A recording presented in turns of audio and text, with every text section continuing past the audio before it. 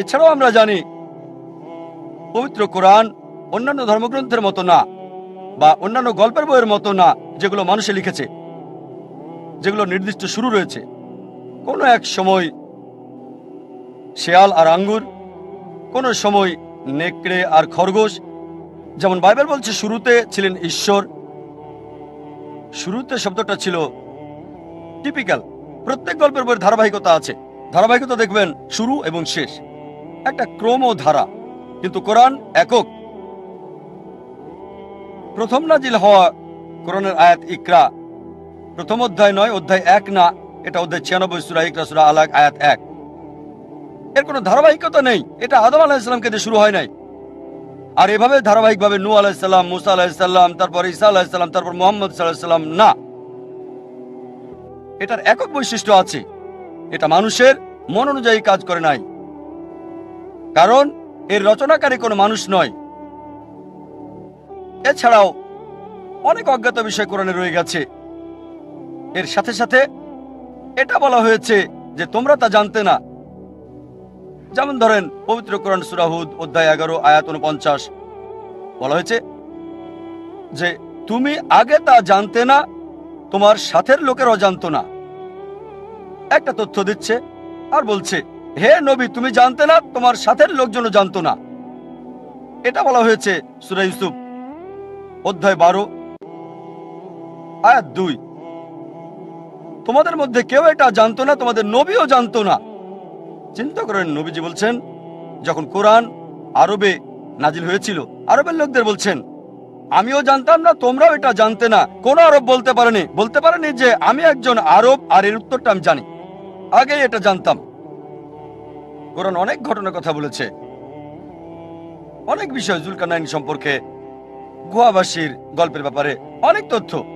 আর বলছে তুমি আগে জানতে না। কোন মানুষের দ্বারা এটা সম্ভব আর বলবে তুমি জানতে না? এর মানে এটা কোনো মানুষের দ্বারা রচিত নয়। এরপর কিছু লোক বলে যে কোরআন একটা ছলনা। যখন তাদের বলি ছলনার উৎসটা কি, তারা কোনো উত্তর দেয় না। কোরআনে কি একটা মাত্র ছলনা বের করতে পারবে? তারা তা পারে না। তাহলে কেন এমন কথা বলো যার কোনো যৌক্তিকতা নেই? আর কিছু লোক আছে যারা মিথ্যে কথা বলে, মিথ্যে বিবৃতি দাঁড় করায়, আর তারা নিজেরাই তা করতে গিয়ে বোকা সাজে। উদাহরণস্বরূপ ধরেন একজন লোক যে মিস্টার এ কে শত্রু মনে করে, সে কোনো কারণ দাঁড় করাতে পারে না, কোনো কারণ নেই, তবে ধারণা করে। সে অযথায় বিশ্বাস করে যে মিস্টার এ হচ্ছে তার শত্রু। যখনই মিস্টার এর সাথে তার দেখা হয়, সে শত্রুর আচরণ করতে শুরু করে মিস্টার এর সাথে। এখন মিস্টার এ যেহেতু একজন মানুষ, সে প্রতিবাদ করে, কেন সে আমার সাথে শত্রুর মতো আচরণ করে? সে প্রতিবাদ করে। যখনই মিস্টার এ প্রতিবাদ করে, লোকটি বলে বলেছিলাম না সে আমার শত্রু। দেখো এখন সে বিরুদ্ধে যাচ্ছে, তাই অভিযোগ করছেন অযথায়। আর এটা করে আপনি নিজেকে বোকা বানাচ্ছেন। এই কাজটাই ইসলামের সমালোচকরা করে থাকে। তারা ভ্রান্ত মন্তব্য করে আর এটা করে নিজেরাই বোকা বনে যায়।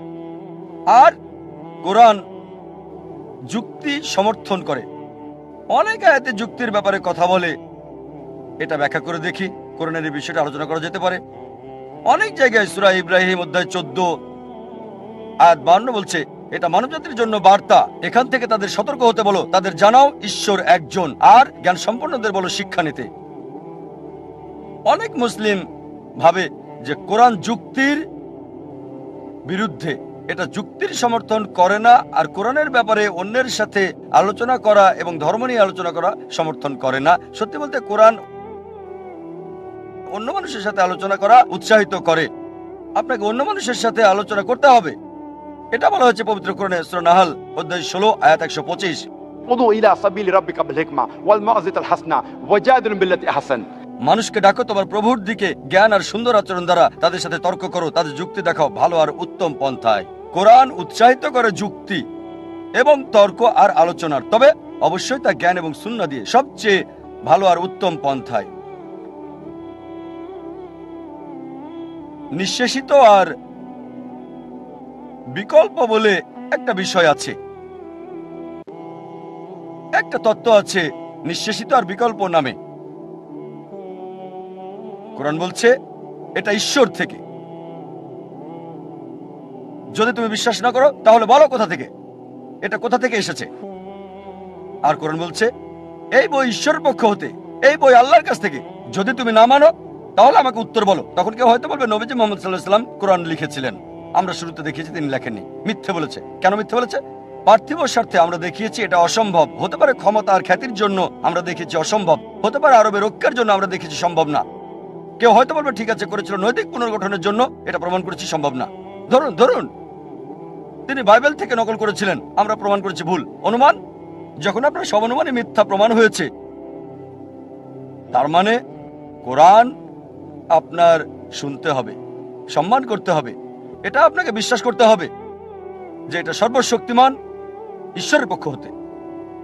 কোরআন অনেক জায়গায় বলেছে যে এই বই, এই বাণী আল্লাহ সুবহানাহু ওয়া তাআলার। যেমন সূরা জাসিয়া অধ্যায় 45 আয়াত 1 এবং 2 বলা হয়েছে হামিম তানজিলুল কিতাব মিনাল্লাহি আজিজুল হাকিম। মানে এটা হচ্ছে ঐশী গ্রন্থ এই পৃথিবীর মালিকের পক্ষ হতে, সর্বশক্তিমান এবং সর্বজ্ঞ। কোরআন অনেক জায়গায় বলেছে যে এই বই হলো সর্বশক্তিমান ঈশ্বরের। এটা উল্লেখ আছে সূরা আনাম অধ্যায় 6 আয়াত 19, সূরা আনাম অধ্যায় 6 আয়াত 93, আরো আছে সূরা ইউসুফ অধ্যায় 12 আয়াত 1 এবং 2, সূরা তাহা অধ্যায় 20 আয়াত 113, আরো আছে সূরা সাজদা অধ্যায় 32 আয়াত 1 থেকে 3, সূরা ইয়াসিন অধ্যায় 36 আয়াত 1 থেকে 3, আরো আছে সূরা জুমার অধ্যায় 39 আয়াত 1, সূরা গাফির অধ্যায় 40 আয়াত 2, সূরা জাসিয়া অধ্যায় 45 আয়াত 2, আরো আছে সূরা আর রহমান অধ্যায় 55 আয়াত 1 থেকে 2। এটা বলা হচ্ছে সূরা ইনসান অধ্যায় 76 আয়াত 23। বলছে এই কিতাব পবিত্র কোরআন আল্লাহ সুবহানাহু ওয়া তাআলা ছাড়া অন্য কারো থেকে নয়, এটাই নিঃশেষিত এবং বিকল্প নামে পরিচিত আছে। কি করবেন? যুক্তি দেন, চেষ্টা করেন। যদি যৌক্তিকভাবে প্রমাণ করতে ব্যর্থ হন তাহলে আপনাকে মানতে হবে এতে যা বলা হয়েছে। এবার যদি বিজ্ঞানীদের ব্যাপারে বলেন, তাদের আলাদা একটা দর্শন আছে, আলাদা দৃষ্টিভঙ্গি আছে। এই দৃষ্টিভঙ্গিটা ফলসিফিকেশন টেস্ট নামে পরিচিত। বিজ্ঞানীরা অনেক সময় সচেতন, অনেক নতুন তত্ত্ব আসে প্রতিনিয়ত, এগুলো বিশ্লেষণের সময় নেই। তারা বলে যদি তোমার কোনো তত্ত্ব থাকে প্রথমে তোমার তত্ত্বকে ভুল প্রমাণের পথটা দেখিয়ে দাও। যদি কোনো নতুন তত্ত্ব পাও তাহলে দেখিয়ে দাও কিভাবে সেই তত্ত্বটাকে সকলের সামনে ভুল প্রমাণ করা যাবে। অ্যালবার্ট আইনস্টাইন 20 শতকের শুরুর দিকে কিছু বিষয় প্রস্তাব করলেন, কিভাবে মহাবিশ্ব কাজ করে। এর সাথে সাথে তিনি 3টা পথও বলেছিলেন তার তত্ত্বকে যাচাইয়ের।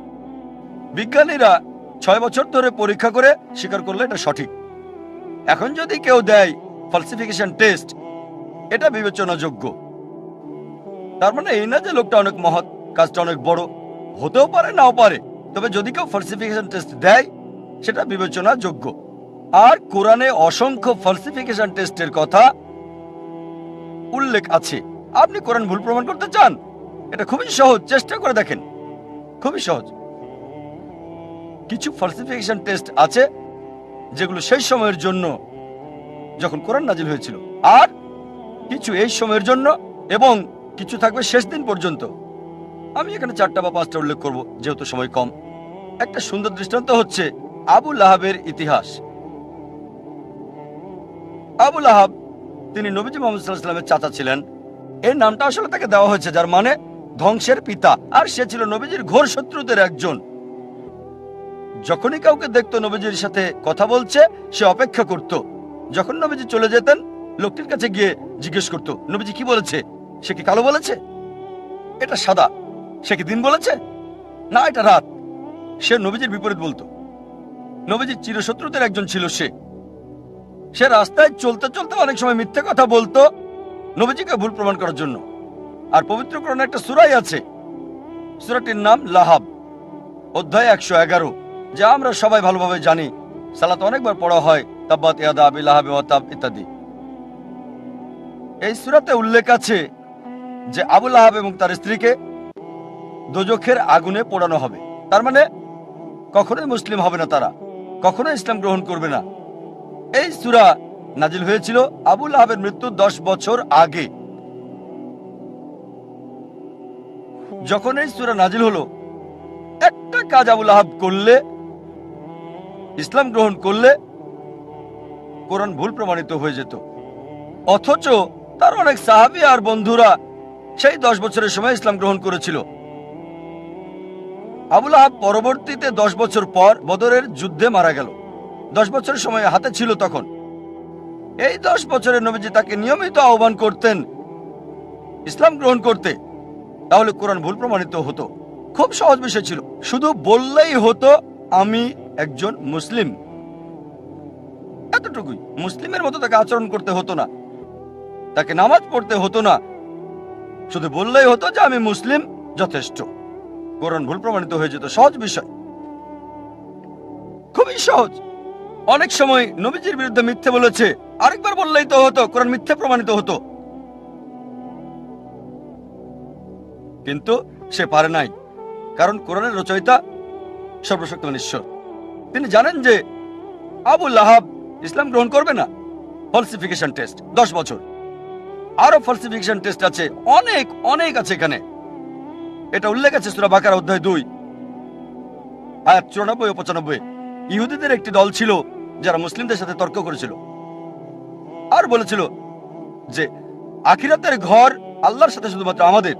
তাই আল্লাহ বলছেন সূরা বাকারা অধ্যায় 2 আয়াত 94 ও 95, যদি তারা বলে যে আখিরাতের ঘর আল্লাহর সাথে শুধু তাদের জন্য, তাদেরকে বলো মৃত্যু কামনা করতে। যদি তোমরা বলো নিশ্চিতভাবে আখিরাতের ঘর তোমাদের, আখিরাত তোমাদের, তাহলে মৃত্যু কামনা করো। এই আয়াত আরো বলছে তারা কখনোই মৃত্যু কামনা করবে না, কখনোই না। একটা মাত্র কাজ ইহুদিদের করতে হতো, কোরআনকে ভুল প্রমাণ করার জন্য বলতে হতো আমি মরতে চাই।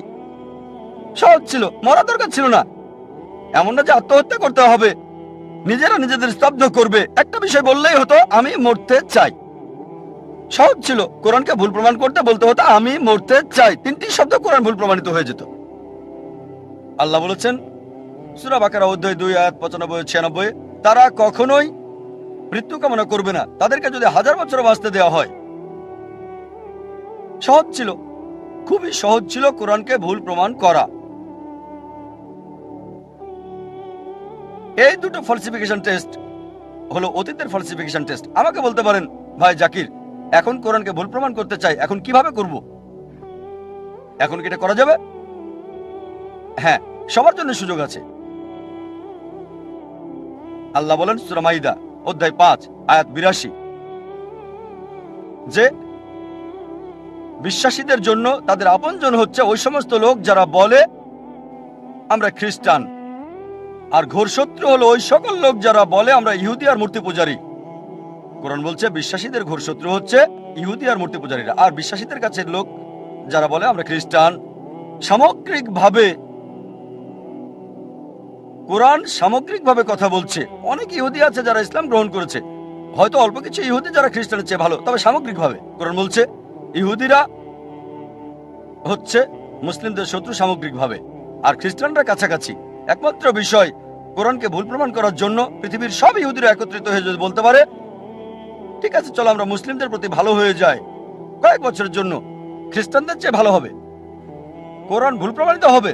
খুব সহজ, পৃথিবীর সব ইহুদিরা একত্রিত হয়ে যাক 3-4 বছরের জন্য আর মুসলিমদের বন্ধু হয়ে যাক, তাহলে বলতে পারবে কোরআনের এই আয়াত সূরা মাইদা অধ্যায় 5 আয়াত 82 ভুল। তারা এটা করবে না, এটা করতে পারবে না কখনোই। সহজ। আরো ফলসিফিকেশন টেস্ট রয়েছে। হয়তো বলবেন যে আমি ইহুদি না, তাহলে কিভাবে প্রমাণ করব যে কোরআন ভুল? আল্লাহ এই সুযোগ সবাইকে দিচ্ছেন। আল্লাহ পবিত্র কোরআনে বলেছেন সূরা ইসরা অধ্যায় 17 আয়াত 88, তারা বলে সেটা রচনা করেছে। চেষ্টা করো আরেকটা কোরআন তৈরি করো। তুমি মনে করো মানুষ রচনা করেছে? এর মতো একটা কোরআন রচনা করো। চ্যালেঞ্জ দেওয়া হয়েছে সূরা তুর অধ্যায় 52 আয়াত 34-এ। আল্লাহ তাআলা চ্যালেঞ্জ করেছেন যে এর মতো একটা কোরআন রচনা করো, কখনোই তোমরা তা করতে পারবে না। এমনকি যদি সব জিন এবং মানুষ জাতি একত্রিত হয়, তারা কোরআনের মতো আরেকটা রচনা করতে পারবে না আল্লাহর সাহায্য ছাড়া। এটা একটা চ্যালেঞ্জ। আবার আল্লাহ এই চ্যালেঞ্জকে সহজ করে দিয়েছেন। আল্লাহ বলেন সূরা হুদ অধ্যায় 11 আয়াত 13, তারা বলে সেটা রচনা করেছে। 10টা সূরা রচনা করো এর মতো করে। সম্পূর্ণ করেন না, এটা কঠিন। বাদ দেন, এটা ওই চ্যালেঞ্জটা কঠিন। 10টা সূরা রচনা করো কোরআনের মতো। যে কাউকে সাহায্যের জন্য ডাকো আল্লাহ ছাড়া, কখনো এটা তোমরা করতে পারবে না। আল্লাহ চ্যালেঞ্জটাকে আরো সহজ করে দিয়েছেন, খুবই সহজ। সূরা ইউনুস অধ্যায় 10 আয়াত 38। তারা বলে সেটা রচনা করেছে, এর মতো একটা সূরা রচনা করো, একটা, পুরো কোরআন না, 10টা সূরা না, একটা সূরা এর মতো। সাহায্যের জন্য ডাকো তোমরা যাকে পছন্দ করো আল্লাহ ছাড়া, আর তোমরা তা পারবে না, কখনোই না, কখনোই পারবে না। এবার আল্লাহ চ্যালেঞ্জটাকে সহজ করে দিলেন। আল্লাহ বলেন সূরা বাকারা অধ্যায় 2 আয়াত 23 এবং 24-এ আল্লাহ বলেন, وإن كنتم في ريب مما نزلنا على عبدنا যদি তোমরা সন্দেহ করো যা আমি নাজিল করেছি আমার বান্দার প্রতি সময়ে সময়ে, فأتوا بسورة من مثله একটা সূরা রচনা করো কিছুটা এর মতো করে। من مثله এটা মিসলি না, মিম মিসলি, মানে কিছুটা অনুরূপ, ঠিক কোরআনের মতো না। চেষ্টা করো, রচনা করো একটা সূরা কোরআনের মতো করে। من مثله وادعوا شهداءكم من دون الله إن كنتم صادقين আর সাহায্যের জন্য ডাকো তোমাদের যে কাউকে সাক্ষী রাখো আল্লাহ ছাড়া, যদি তোমরা সত্যবাদী হও। فإن لم تفعلوا তবে যদি তোমরা না পারো, ولن تفعلوا নিশ্চিত যে তোমরা পারবে না, তাহলে ভয় করো সেই আগুনকে যার জ্বালানি হবে মানুষ ও পাথর। তোমরা তা করতে পারবে না এবং নিশ্চিত তোমরা তা করতে পারবে না। তাহলে ভয় করো সেই আগুনের যার জ্বালানি হবে মানুষ এবং পাথর। এটা হলো চ্যালেঞ্জ। চেষ্টা করে একটা সূরার কিছুটা মিল করে রচনা করো। হয়তো বলবেন সত্যি যদি এটা পরীক্ষা হয়ে থাকে তাহলে সূরা রচনা করতে হবে আরবিতে। তাই বলবেন ভাই জাকির আমি আরবি জানি না, তাহলে কিভাবে পরীক্ষা অংশগ্রহণ করব? ঠিক আছে, যদি কোরআনের মতো সূরা রচনা করতে হয় এটা আরবিতে হতে হবে, ইংরেজিতে হবে না, ফ্রেঞ্চ হবে না, হিন্দি হতে পারবে না, উর্দু হতে পারবে না।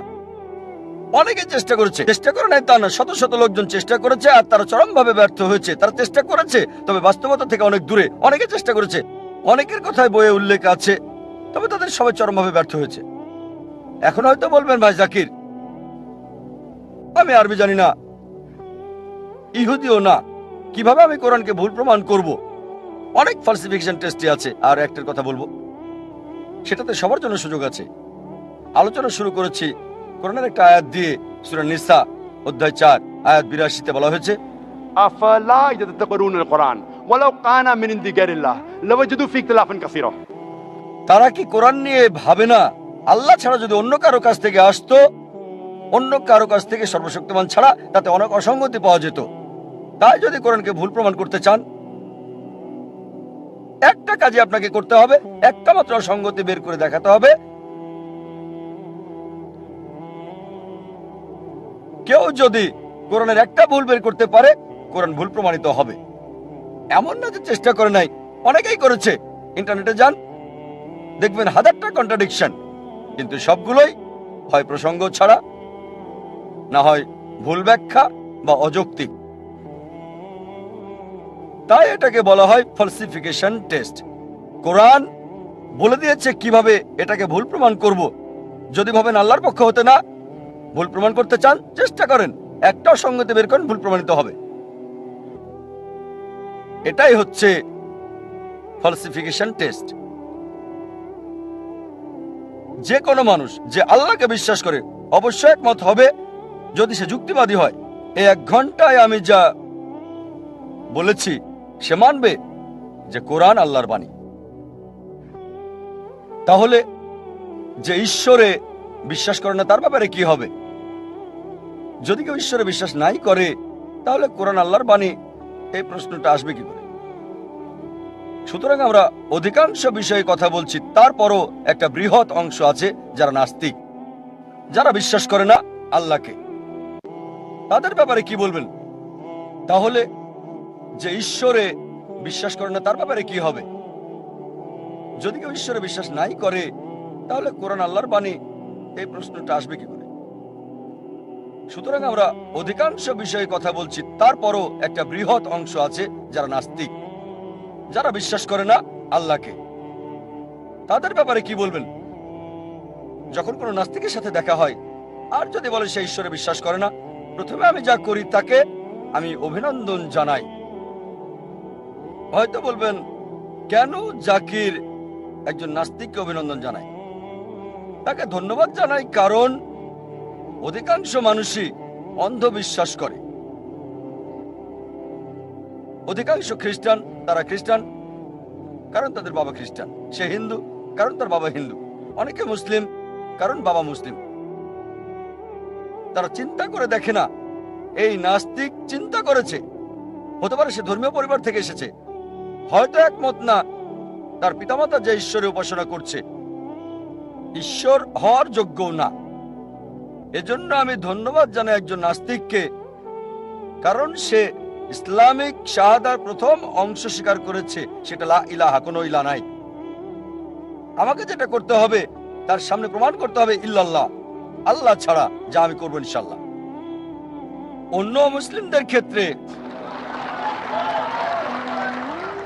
মুসলিমদের কাছে প্রথমে আমাকে প্রমাণ করতে হবে সে নকল ঈশ্বরের উপাসনা করছে।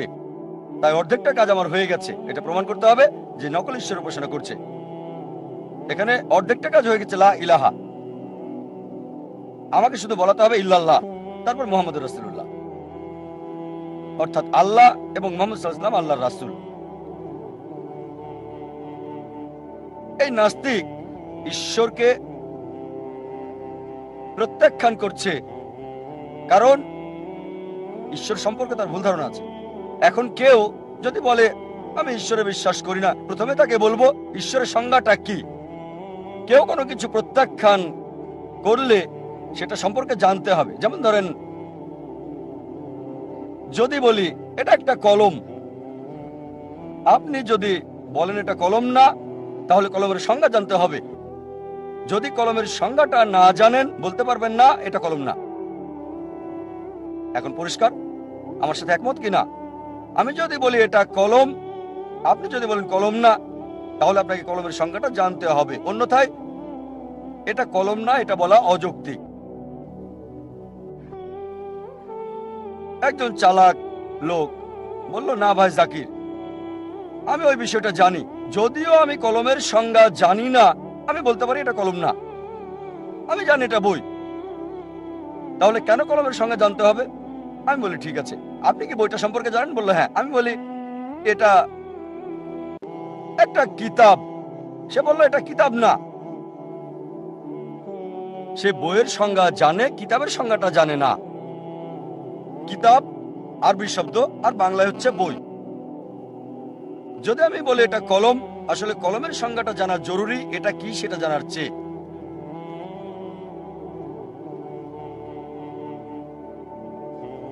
একইভাবে যদি কেউ বলে কোনো ঈশ্বর নেই, প্রথমে তাকে বলবো ঈশ্বরের সংজ্ঞাটা কি। তারা সংজ্ঞা দেয় যা দেখে তার ভিত্তিতে ঈশ্বর মিথ্যে কথা বলে। ঈশ্বরকে পরাজিত করা যায়, ঈশ্বরকে হত্যা করা যায়। তাই যখন ঈশ্বরের এই গল্পগুলো মিথ্যা, ঈশ্বরকে পরাজিত করা যায়, ঈশ্বরকে হত্যা করা যায়, ঈশ্বর মরতে পারে, ঈশ্বরের খাবার প্রয়োজন হয়, তখন ঈশ্বরকে প্রত্যাখ্যান করে। এই প্রত্যাখ্যান করে কারা? তারা মিথ্যা ঈশ্বরকে প্রত্যাখ্যান করছে, লা ইলাহা। একইভাবে কেউ যদি বিশ্বাস করে ইসলাম হলো সন্ত্রাসবাদের ধর্ম, ইসলাম হলো নিষ্ঠুর ধর্ম, ইসলাম অবৈজ্ঞানিক ধর্ম, ইসলাম এমন একটা ধর্ম যা নারীকে অধিকার দেয় না, আর সে ইসলামকে প্রত্যাখ্যান করছে, তাহলে তো আমিও প্রত্যাখ্যান করবো এমন ইসলাম। কারণ আমি জানি ইসলাম একটা দয়ার ধর্ম, ইসলাম বৈজ্ঞানিক ধর্ম, ইসলাম মানবাধিকার দেয়, ইসলাম নারীর অধিকার দেয়। আমি কি করব?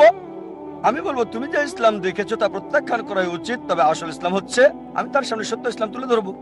একইভাবে যখন এই লোকগুলো মিথ্যা ঈশ্বরকে প্রত্যাখ্যান করছে, তখন তাদের সামনে আমাদেরকে তুলে ধরতে হবে সত্য ঈশ্বরের ধারণা আর সর্বশক্তিমান আল্লাহ সুবহানাহু ওয়া তাআলার সংজ্ঞা কোরআনে দেওয়া হয়েছে। এটা সূরা ইখলাস অধ্যায় 112 আয়াত 1 থেকে 4 বলা হয়েছে, কুল হুয়াল্লাহু আহাদ, বলো তিনি আল্লাহ এক, অদ্বিতীয়। আল্লাহুস সামাদ, আল্লাহ স্বয়ং সম্পূর্ণ এবং চিরস্থায়ী। লাম ইয়ালিদ ওয়া লাম ইউলাদ, তিনি কাউকে জন্ম দেননি, কখনো জন্ম নেননি, ওয়া লাম ইয়াকুল লাহু কুফুয়ান আহাদ, এবং কোনো কিছুই তার মতো না। এটা হলো 4 লাইনের সংজ্ঞা আল্লাহ সুবহানাহু ওয়া তাআলার। কেউ যদি বলে যে এই লোক ঈশ্বর, যদি ওই ব্যক্তি 4 লাইনের সংজ্ঞার সাথে মিলে যায়, আমাদের মুসলিমদের কোনো আপত্তি থাকবে না তাকে ঈশ্বর হিসেবে মানতে। প্রথম হচ্ছে কুল হুয়াল্লাহু আহাদ, বলো তিনি আল্লাহ এক, অদ্বিতীয়। দ্বিতীয় হচ্ছে আল্লাহুস সামাদ, আল্লাহ স্বয়ংসম্পূর্ণ চিরস্থায়ী। لم يلد ولم يولد তিনি কাউকে জন্ম দেননি, কখনো জন্ম ولم নেননি, يكن له كفوا أحد কোনো কিছু তার মতো না। অনেকেই আছে যারা বলে যে রজনীশ সর্বশক্তিমান ঈশ্বর। চলুন ভগবান রজনীশকে সূরা ইখলাস দিয়ে পরীক্ষা করি। এক লোক আমাকে বলল প্রশ্ন উত্তর পর্বে যে ভাই জাকির, আমরা হিন্দুরা বিশ্বাস করি না ভগবান রজনীশ ঈশ্বর। আমি কখনোই বলিনি যে হিন্দুরা বিশ্বাস করে ভগবান রজনীশ ঈশ্বর ছিলেন। আমি হিন্দু ধর্মগ্রন্থ পড়েছি, তাদের গ্রন্থে কোথাও বলেনি ভগবান রজনীশ ঈশ্বর। আমি বলেছি কিছু মানুষ বিশ্বাস করে ভগবান রজনীশ ঈশ্বর। চলুন তাকে সূরা ইখলাস দিয়ে আমরা পরীক্ষা করে দেখি। প্রথম হচ্ছে, قل هو الله أحد বলো তিনি আল্লাহ এক এবং অদ্বিতীয়। ভগবান রজনীশ কি একক ছিল? সে কি একাই নিজেকে ঈশ্বর দাবি করেছিল? শত শত আছে যারা ঈশ্বর দাবি করেছিল। শুধু এই দেশে হাজার হাজার লোক নিজেকে ঈশ্বর দাবি করেছিল। সে একক না। রজনীশ ভক্তরা হয়তো বলবে না একক ছিল, সে ইউনিক। চলুন দ্বিতীয় পরীক্ষায় যায়। الله الصمد আল্লাহ স্বয়ং সম্পূর্ণ চিরস্থায়ী। রজনীশ কি স্বয়ং সম্পূর্ণ এবং চিরস্থায়ী ছিল? আমরা রজনীশের জীবনী পড়লে জানতে পারি। সে বলেছে তার অসুখ ছিল হাঁপানি, পিঠের ব্যথা, ডায়াবেটিস মেলাইটিস। চিন্তা করেন, সর্বশক্তিমান ঈশ্বর হাঁপানিতে ভোগে, পিঠের ব্যথা, ডায়াবেটিস মেলাইটিসে ভোগে। তৃতীয় পরীক্ষা হচ্ছে, لم يلد ولم يولد তিনি কাউকে জন্ম দেননি, জন্ম নেননি। আমরা জানি ভগবান রজনীশ জন্মগ্রহণ করে মধ্যপ্রদেশে। পরবর্তীতে 1981 সালে আমেরিকায় চলে যায় আর হাজার হাজার আমেরিকান ভক্ত তৈরি করে এবং অরেগন প্রদেশে নিজের গ্রাম তৈরি করে যার নাম রজনীশপুরম। পরবর্তীতে আমেরিকার সরকার তাকে গ্রেপ্তার করে জেলে প্রেরণ করলো। রজনীশ অভিযোগ করলো যে আমেরিকার সরকার তাকে স্লো পয়জনিং করেছে জেলখানায়। চিন্তা করেন, সর্বশক্তিমান ঈশ্বরকে স্লো পয়জন করা হয়। পরবর্তীতে আমেরিকার সরকার তাকে দেশ থেকে বের করে দিলে সে ভারতে ফিরে আসে আর পুনাতে বসবাস শুরু করে। সেখানে তার আশ্রম আছে, নাম ওশো কমিউন। আপনারা সেখানে গেলে দেখবেন, যদি তার সমাধিতে যান সেখানে দেখবেন লেখা আছে ভগবান রজনীশ ওশো। কখনো জন্মাননি, কখনো মরেননি, তবে পৃথিবী ভ্রমণ করেছিলেন 11 ডিসেম্বর 1931 থেকে 19 জানুয়ারি 1990 পর্যন্ত। কখনো জন্মাননি, কখনো মরেননি, তবে পৃথিবী ভ্রমণ করেছিলেন 11 ডিসেম্বর 1931 থেকে 19 জানুয়ারি 1990 পর্যন্ত। তার সমাধিতে এটা লিখতে ভুলে গেছে যে পৃথিবীর 21টিরও বেশি দেশ তাকে ভিসা দেয়নি। সর্বশক্তিমান ঈশ্বর পৃথিবী ভ্রমণ করতে আসছেন আর তার ভিসা লাগে। আর গ্রিসের আর্ক বিশপ বলেছেন, যদি তোমরা রজনীশকে দেশ থেকে না তাড়াও তাহলে তার বাড়ি এবং তার অনুসারীদের বাড়ি পুড়িয়ে দেব। শেষ পরীক্ষা, ولم يكن له كفوا أحد তার মতো আর কিছুই নাই। আর এটা এমন পরীক্ষা সর্বশক্তিমান আল্লাহ ছাড়া কেউ পাশ করতে পারবে না। যখনই সর্বশক্তিমান আল্লাহকে কোনো কিছুর সাথে তুলনা করবেন, কোনো কিছুর সাথে, সে আর আল্লাহ না, ولم يكن له كفوا أحد কোনো কিছু তার মতো না। ধরেন কেউ একজন বলল সর্বশক্তিমান ঈশ্বর হলো আর্নল্ড সোয়াজনিগারের চেয়ে 1000 গুণ বেশি শক্তিশালী। হয়তো সোয়াজনিগারের নাম শুনেছেন, যাকে উপাধি দেওয়া হয়েছিল মিস্টার ওয়ার্ল্ড, পৃথিবীর সবচেয়ে শক্তিশালী মানুষ, মিস্টার ইউনিভার্স, বিশ্বের সবচেয়ে শক্তিশালী মানুষ। যদি কেউ বলে সর্বশক্তিমান ঈশ্বর 1000 গুণ বেশি শক্তিশালী সোয়াজনিগারের চেয়ে, যখন ঈশ্বরকে কোনো কিছুর সাথে তুলনা করবেন, হোক সেটা আর্নল্ড সোয়াজনিগার, হোক সেটা দারা সিং, অথবা হোক কিংকং, হোক সেটা 1000 গুণ বা মিলিয়ন গুণ বেশি, যখনই কোনো কিছুর সাথে ঈশ্বরকে তুলনা করলেন, সে আর ঈশ্বর না, ولم يكن له كفوا أحد তার মতো আর কিছুই নাই। আমরা জানি ভগবান রজনীশ সাদা কাপড় পরতেন, তার দাড়ি ছিল, দুটো চোখ ছিল, একটা নাক, দুটো হাত। ঈশ্বরকে কোনো কিছুর সাথে তুলনা করলে সে আর ঈশ্বর না। ولم يكن له كفوا أحد অন্যথায় আল্লাহ কোরআনে বলেছেন, সূরা ইসরা অধ্যায় 17 আয়াত 110, قل ادعوا الله أو ادعوا الرحمن أيما تدعوا فله الأسماء الحسنى বলো আল্লাহ আর রহমান বলো, যে নামেই তাকে ডাকো তার রয়েছে সুন্দর সুন্দর নাম।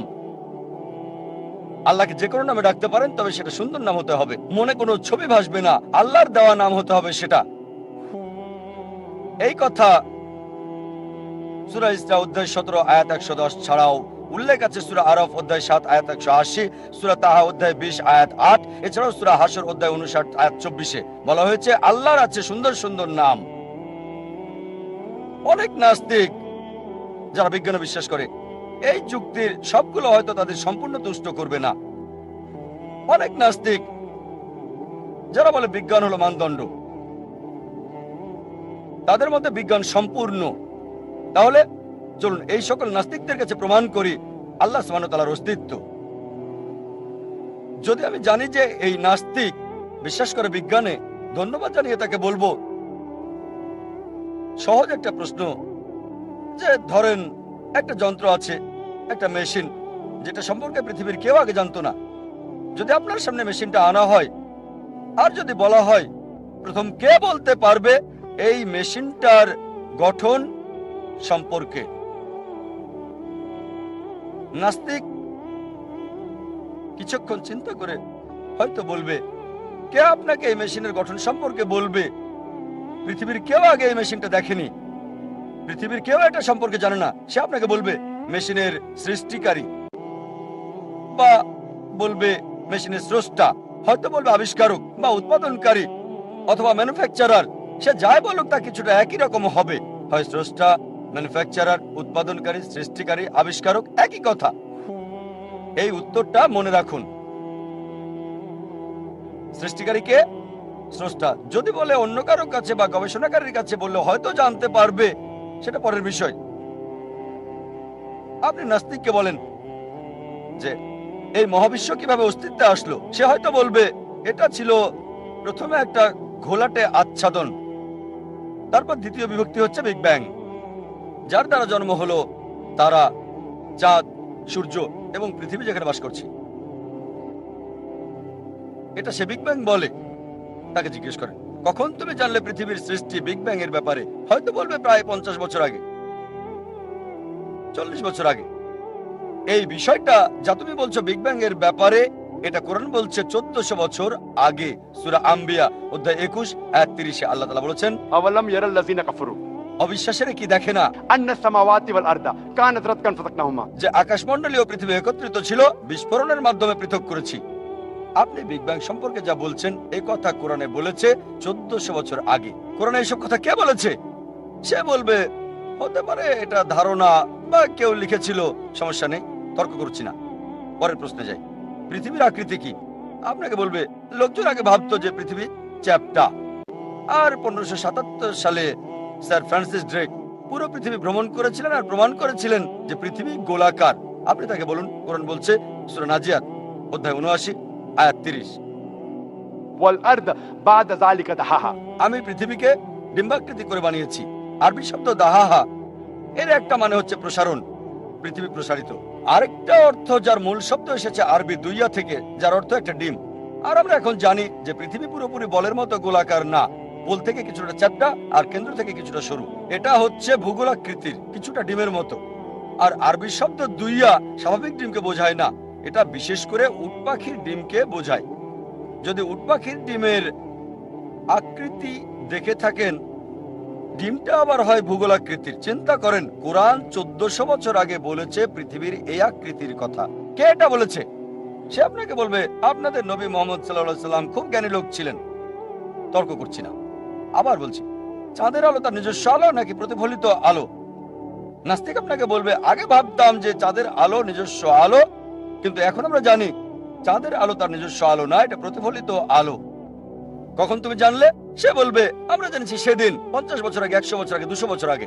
কোরআন বলছে 1400 বছর আগে। সূরা ফুরকান অধ্যায় 25 আয়াত 61, যে প্রশংসা তার যিনি আকাশে তারকারাজি স্থাপন করেছেন, তার মধ্যে সূর্য শামস যার নিজস্ব আলো আছে, আর চাঁদ যা ধার করা আলো।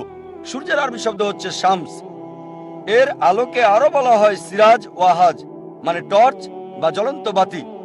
চাঁদকে আরবিতে বলা হয় কামার। এর আলোকে বলা হয় মুনির বা নূর। মুনির মানে ধার করা আলো, আর নূর মানে প্রতিফলিত আলো। চাঁদের আলোকে কোথাও বলা হয় না ওয়াহাজ বা সিরাজ, সব সময় বলা হয় নূর বা মুনির, ধার করা আলো বা প্রতিফলিত আলো। 1400 বছর আগে কে কোরআনে এসব কথা বলেছে? দেখবেন থেমে যাবে, উত্তর অপেক্ষা করবেন না, বলে যান। যখন আমি স্কুলে ছিলাম তখন শিখেছি যে সূর্য ঘোরে, তবে এটা স্থির, এর নিজস্ব কক্ষে নয়। কোরআন বলছে সূরা আম্বিয়া অধ্যায় 21 আয়াত 33, هو الذي خلق الليل والنهار আল্লাহ সৃষ্টি করেছেন রাত এবং দিন, والشمس والقمر সূর্য এবং চন্দ্র, كل في فلك يسبحون প্রত্যেকে আপন কক্ষপথে ঘুরছে। আরবি শব্দ ইয়াসবাহুন মানে চলন্ত দেহের গতি। যদি এটা সৌরজগৎকে বোঝায় তার মানে সূর্য এবং চন্দ্র আবর্তন ছাড়াও ঘুরছে তার নিজস্ব কক্ষপথে। এখন বিজ্ঞান আমাদের বলে যে সূর্যের প্রায় 25 দিন সময় লাগে একবার ঘুরে আসতে। চিন্তা করেন, স্কুলে যা শিখেছি, স্কুল শেষ করেছি 1982 সালে, সূর্য স্থির। 1400 বছর আগে কোরআন বলেছে সূর্য ঘোরে। আমার বিজ্ঞান বইয়ে আছে সূর্য স্থির। এখন জানা গেছে যে সূর্য ঘোরে। তাকে জিজ্ঞেস করেন কে এই সব বলেছে, দেখুন চুপ করে থাকবে। কিছু সমালোচক হয়তো বলবে এটা তেমন কিছু না যে কোরআন জ্যোতির্বিদ্যা সম্পর্কে বলছে, কারণ আরবরা জ্যোতির্বিদ্যায় খুবই উন্নত ছিল। আমি মানি যে আরবরা জ্যোতির্বিদ্যায় পারদর্শী ছিল, তবে এটাও মনে করে দিচ্ছি যে কোরআন নাজিলের 100 বছর পরের ঘটনা। আরবরা জ্যোতির্বিদ্যায় পারদর্শী ছিল, সুতরাং তারা জ্যোতির্বিদ্যা শিখেছিল কোরআন থেকে, অন্য কোন উৎস থেকে নয়। পানিচক্রের ব্যাপারে যখন নাস্তিককে বলবেন, তাকে পানিচক্রের ব্যাপারে বলেন, সে বলবে যে পানি বাষ্প হয় সমুদ্র থেকে, তারপর মেঘ হয়, মেঘ আকাশে ভেসে বেড়ায় আর বৃষ্টি হয়ে পড়ে, এভাবে পানি আবার পুনঃস্থাপিত হয়। তাকে জিজ্ঞেস করেন কখন তুমি জানলে, সে আপনাকে বলবে 1580 সালে যখন স্যার বার্নার্ড প্যালিসি পানিচক্রের ব্যাপারে কথা বলেন প্রথমবারের মতো 1580 সালে। আবার বলেন যা তুমি 1580 সালে জেনেছো মাত্র 100 বছর আগে। কোরআন বলেছে 1400 বছর আগে। কোরআন বলছে পানি সমুদ্র থেকে বাষ্প হয়, মেঘে পরিণত হয়, মেঘ আকাশে ভেসে বেড়ায়, আবার বৃষ্টির রূপে পতিত হয়, তারপর পানি জমা হয়। পানি চক্রের ব্যাপারে কোরআনে বলা হয়েছে বিস্তারিতভাবে অনেক জায়গায়। সূরা জুমার অধ্যায় 39 আয়াত 21, সূরা রুম অধ্যায় 30 আয়াত 24, সূরা হিজর অধ্যায় 15 আয়াত 22, সূরা মুমিনুন অধ্যায় 23 আয়াত 18, সূরা রুম অধ্যায় 30 আয়াত 48, সূরা নূর অধ্যায় 24 আয়াত 43, আরো আছে সূরা নাবা অধ্যায় 74 আয়াত 12 থেকে 14। বলা হয়েছে সূরা আরাফ অধ্যায় 7 আয়াত 57, সূরা রদ অধ্যায় 13 আয়াত 17। উল্লেখ আছে সূরা ফুরকান অধ্যায় 25 আয়াত 48 ও 49। আরো আছে সূরা ইয়াসিন অধ্যায় 36 আয়াত 34। আরো আছে সূরা ফাতির অধ্যায় 35 আয়াত 9। আরো আছে সূরা জাসিয়া অধ্যায় 45 আয়াত 5, সূরা কাফ অধ্যায় 50 আয়াত 9 এবং 10, সূরা ওয়াকিয়া অধ্যায় 56 আয়াত 67 থেকে 70। আরো আছে সূরা তারিক অধ্যায় 86 আয়াত 11। এভাবে আমি শুধু যেতেই থাকবো। কোরআন থেকে শুধু উদ্ধৃতি দেওয়া যাবে যেগুলো কেবল পানিচক্র নিয়েই কথা বলছে। কোরআন পানিচক্র সম্পর্কে বিস্তারিত বলছে। কে কোরআনে 1400 বছর আগে এসব বলেছে? কোন উত্তর দেবে না, ঠিক আছে বলে যান। কোরআন ভূগোল নিয়ে বলছে। ভূতত্ত্ববিদরা বলে পৃথিবীর পুরুত্ব 3750 মাইল। সবচেয়ে গভীরের স্তর গরম এবং তরল, মাঝের স্তরটা কিছুটা পাতলা, তবে 1 থেকে 20 মাইলের মতো হবে। আর এখানে ভূমিকম্পের সম্ভাবনা, সেটার কারণ হচ্ছে ভাঁজ সংক্রান্ত, যার কারণে পর্বত সৃষ্টি হয় আর পৃথিবীকে নড়াচড়া থেকে রক্ষা করে। আল্লাহ বলেছেন কোরআনে, পবিত্র কোরআনে বলা হয়েছে সূরা নাবা অধ্যায় 78 আয়াত 7 এবং 8। আল্লাহ বলেন والجبال أوتادا। আমি পৃথিবীকে করেছি সমতল আর পর্বতসমূহকে খুঁটি। যে কথা বিজ্ঞানও আজ বলছে। একই কথা বলা হয়েছে সূরা আম্বিয়া অধ্যায় 21 আয়াত 31, যে আমি পৃথিবীতে স্থাপন করেছি সুদৃঢ় পর্বত, না হলে পৃথিবীতে হেলে যেত। সমুদ্র বিজ্ঞানের ক্ষেত্রে আগে আমরা জানতাম যে 2 ধরনের পানি রয়েছে, নোনা পানি আর মিষ্টি পানি। কিন্তু কোরআন বলছে সূরা ফুরকান অধ্যায় 25 আয়াত 53 যে তিনি 2 সমুদ্রকে মিলিতভাবে প্রবাহিত করেছেন, একটি মিষ্ট সুপেয়, অন্যটি লোনা তিক্ত, যদিও পাশাপাশি প্রবাহমান, একে অন্যের সাথে মিশে যায় না। এক অন্তরায় আছে, অনতিক্রম্য ব্যবধান। কিন্তু অন্তরায় অনতিক্রম্য ব্যবধান বলতে কোরআন এখানে কি বুঝিয়েছে? আমরা জানি যখন এক ধরনের পানি আরেক ধরনের পানির মধ্যে দিয়ে প্রবাহিত হয় তখন সক্রিয়তা হারিয়ে ফেলে, একত্রিত হয়ে যায়, মিশে যায় প্রবাহের সাথে। এই একত্রিত হয়ে যাওয়ার স্থানটাকে কোরআনে বলা হয়েছে অন্তরায় বারজাক। কোরআন এটা বলেছে 1400 বছর আগে। কোরআন বায়োলজি নিয়েও বলছে। এটা হচ্ছে সূরা আম্বিয়া অধ্যায় 21 আয়াত 30। وجعلنا من الماء كل شيء أفلا يؤمنون। আমি প্রাণবন্ত সবকিছু সৃষ্টি করেছি পানি থেকে, তবু কি তারা বিশ্বাস করবে না? আরবের মরুভূমিতে কে বিশ্বাস করতো যে সবকিছু পানি থেকে সৃষ্টি? এখন বিজ্ঞান আমাদের বলছে প্রাণবন্ত সবকিছু পানি থেকে সৃষ্টি। একটা থিওরি আছে, থিওরি অফ প্রবাবিলিটি। ধরেন আপনি একটা অনুমান করলেন, আপনার সঠিক হওয়ার সম্ভাবনাটা নির্ভর করে অপশনের উপর। যেমন ধরেন আমি যদি টস দেই হেড অথবা টেইলস, তার মানে হচ্ছে সঠিক হওয়ার সম্ভাবনা 2 এর মধ্যে 1, অর্ধেক 50%। দুটো অপশন, সঠিক হওয়ার সম্ভাবনা 2 এর মধ্যে 1, 50%। যদি 2বার টস দেয় তাহলে সঠিক হওয়ার সম্ভাবনাটা 2 এর মধ্যে 1, 2 এর মধ্যে 1, যদি 4 এর মধ্যে 1 হয় তাহলে 25%। যদি টস দেয় 3বারই, সঠিক হব তার সম্ভাবনা 2 এর মধ্যে 1 এর 2 এর মধ্যে 1 এর 2 এর মধ্যে 1 এর, তার মানে 8 এর মধ্যে 1, অর্থাৎ 12.5%। যদি একটা গুটি নিক্ষেপ করি যার 6টা তল আছে, আন্দাজে নিক্ষেপ করলে সঠিক হওয়ার সম্ভাবনা 6 ভাগের 1 ভাগ। এখন যদি এই সম্ভাব্যতার থিওরি প্রয়োগ করেন, যে কেউ অনুমান করেছিল, যেমন ধরেন পৃথিবীর আকৃতি কি, আপনি 10টা চিন্তা করতে পারেন, ফ্ল্যাট, স্কয়ার, রেক্ট্যাঙ্গেল, ট্রায়াঙ্গুলার, হেক্সাঙ্গুলার ইত্যাদি ইত্যাদি, হয়তো গোলাকার। যদি অনুমানের ভিত্তিতে করেন এটা গোলাকার, সঠিক হওয়ার সম্ভাবনা 10 ভাগের 1 ভাগ। যদি কাউকে জিজ্ঞেস করেন চাঁদের আলো নিজস্ব আলো নাকি প্রতিফলিত আলো, যদি সে অনুমান করে বলে, সঠিক হওয়ার সম্ভাবনা 2 এর মধ্যে 1। দুটোই হবার সম্ভাবনা, পৃথিবীর আকৃতি আর চাঁদের আলো তার নিজের নয়, হচ্ছে 10 এর মধ্যে 1 এর 20 এর মধ্যে 1, মানে 5%। সব জীবন্ত সৃষ্টি কিসের তৈরি? হাজারটা জিনিসের চিন্তা করতে পারেন, বালু, লোহা, টিন, কাঠ ইত্যাদি ইত্যাদি, আবার হতে পারে পানি। আপনার এই অনুমান সঠিক হওয়ার সম্ভাবনা 1000 ভাগের 1 ভাগ। এই তিনটাই সঠিক হওয়ার সম্ভাবনা। পৃথিবীর আকৃতি গোলাকার, চাঁদের আলো প্রতিফলিত, সবকিছু পানি দিয়ে তৈরি, সম্ভাবনা 10 ভাগের 1 এর 2 ভাগের 1 এর 1000 ভাগের 1 ভাগ, মানে 20,000 ভাগের 1 ভাগ, অর্থাৎ 0.005%। কেবল 3টা বৈজ্ঞানিক বিষয়ে সম্ভাবনা 0.005। ইতিমধ্যে অনেকগুলোই বলেছি, যদি আমার বই পড়েন শত শত ঘটনা আছে, অনেক বিষয় আছে। কোরআন বোটানি নিয়েও বলছে। সূরা রাদ অধ্যায় 13 আয়াত 3 বলছে সকল প্রকারের ফল জোড়া জোড়ায় সৃষ্টি করা হয়েছে। কোরআন বলছে সূরা তাহা অধ্যায় 20 আয়াত 53 তরুলতা সৃষ্টি হয়েছে জোড়ায় জোড়ায়, আমরা জানলাম সম্প্রতি এটা। প্রাণীবিদ্যার ক্ষেত্রে কোরআন বলছে পশু পাখি সবাই দলগতভাবে বসবাস করে মানব জাতির মতো। সূরা আনাম অধ্যায় 6 আয়াত 38, যেটা সম্প্রতি জানলাম।